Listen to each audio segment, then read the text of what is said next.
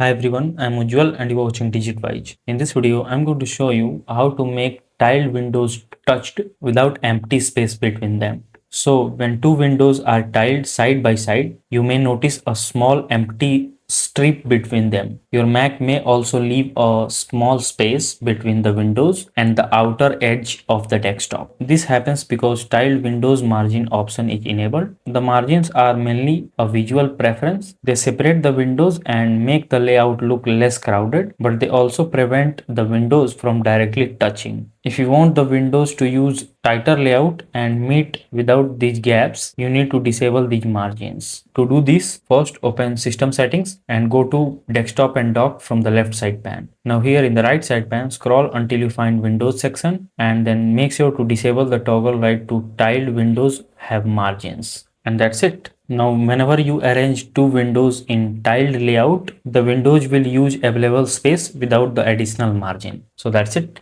If this video helps you in any way, then do like it and subscribe to the channel. Thanks for watching.